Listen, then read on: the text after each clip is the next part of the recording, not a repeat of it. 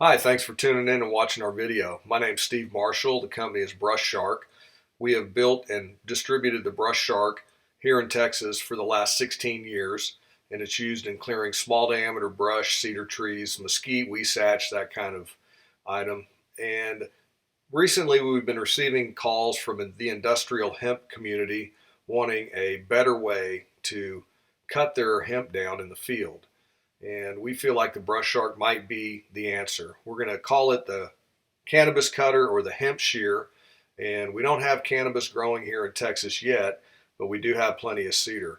So the video that you're looking at is a representation of basically a hemp field, the best we could make of it by using small diameter cedar that's local here to our county, Blanco County. We actually shot this video right down the road from where we manufacture the Brushshark. As you can see from the video, the material that you're cutting can fall either to the left or to the right.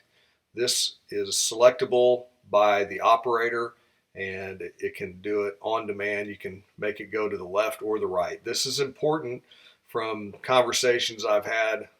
From what I understand is you want to minimize the amount of handling that you have on your product, and you need it to all fall so that the tractor or the skid steer doesn't run it over. And we feel like by using the shear like this, as the shear plate moves to the left, the material moves to the left. If you want the material to go to the right, the material will go to the right. That's just by selecting it within the cab. So if you have any questions, give me a call. 512-263-6830. That's my direct cell phone number. Or you can check out our website at brushshark.com. Looks like the price is very reasonable compared to other things on the market.